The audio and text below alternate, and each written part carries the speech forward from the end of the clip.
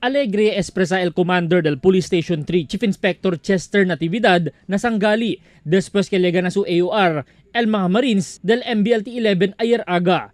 Total de 500 mga Marines idi ila mga ekwipahe el lega na sanggali en ayuda na proteksyon del 11 mga baryo i boundary del syudad.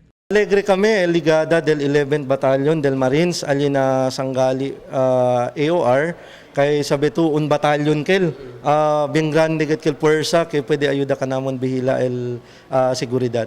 Admitido ele que tiene grupo del mga criminal gang el taas si biktima con el mga lokal na su area of responsibility como el mas reciente operasyon di ila junto el Navy que causa 2 aligaw miyembro del Abu Sayyaf el muerto na di ila operasyon. So far, el AOR del Sanggali, peaceful man, no?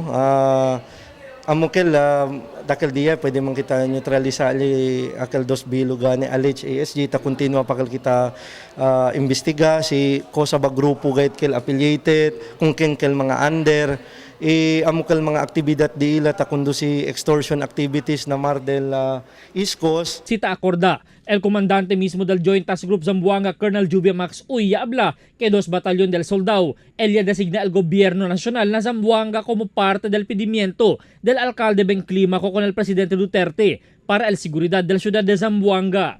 Si Natividad ya habla que el mga Marines el manjunto kanila na di ila patrol, especialmente na mga Kantoy Mar. Según na informasyon, que tiene también liga mga si assets para na Marines, mientras sila el sirvi también como un standby force para na probinsya del Basilan. Albert Luna, Dateline Zamboanga.